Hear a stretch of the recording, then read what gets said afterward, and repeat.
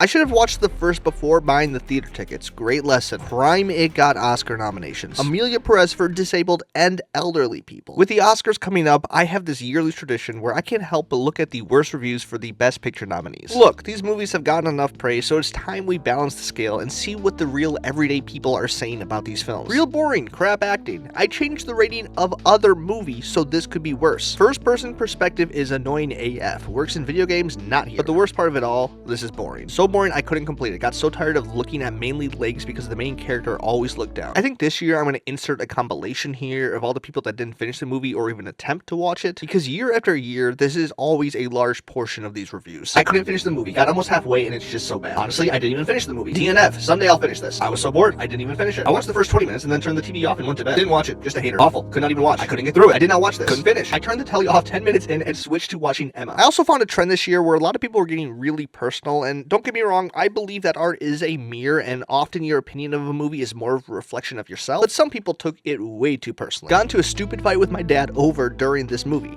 Hate this movie because of it. My ex-boyfriend took me on our first date to see this movie, and now I have a negative connotation with it because I was so uncomfortable with him. Amy, don't ever make me watch this again. Not even better than my ex. I thought Timothée Chalamet was bad because I had never listened to a Bob Dylan song. Only appreciation is for the strip club, which I thought was the biggest confessional in these reviews until I read what this person wanted this movie to be about. If less than half star was possible, then this would be it. I imagine old people Christian watching this and afterwards making a displeased grunt. Have you ever gone for a long walk and got injured along the way, and when you finally arrive at the end, you wonder, why did I even bother? Why was this nominated for an Oscar? Was there even a script? More like the Puda list, which this one is actually in the running for my favorite one-liner today. Honorable mention goes to I Do Not Folk with this, and this one is just so sweaty, I gotta commend them for trying. Timothy is never getting an Oscar, I'll make sure of it. And I did think that this would be the meanest review I read today until I read this one. And unsurprisingly, most of the negative reviews surrounding Anora are just people that don't know how to reckon with adult content, terrorizing minimum wage workers for 2 hours and 19 minutes. LOL gay. The plot was interesting, and if you say to yourself, hey,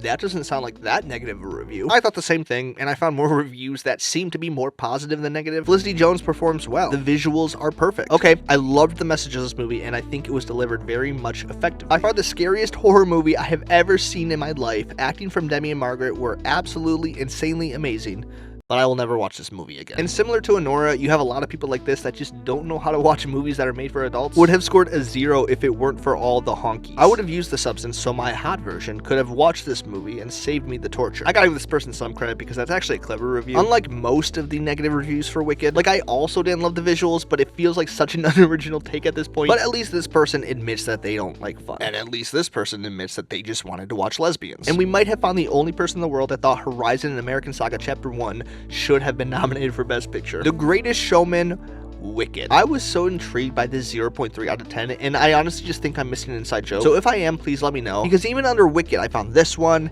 and this one, Dune Part 2 had one, The Substance had one, and then we get to Amelia Perez, everyone's favorite Best Picture nominee. And I honestly couldn't find a better way to describe this film. How can I be so bored when so much is happening? Powerful film. The guy sitting next to me in the theater spontaneously underwent bottom surgery and said, now I can finally be a good person. And I really try to do my research on these reviews for I'm Still Here, but I'm definitely missing context because a lot of them are just very angry, very telling of a country that Brazil's new national hero is an abuser defender. It's shallow and condescending and has a 5-year-old's understanding of good and evil, and this dude's just here to balance out the Brazilian votes, which unsurprisingly Brazil was not a fan of. So there you go, just a few of my favorite bad reviews from Oscar nominated films. I don't really know what the call to action is here. I guess just comment below, which of these reviews do you actually agree with?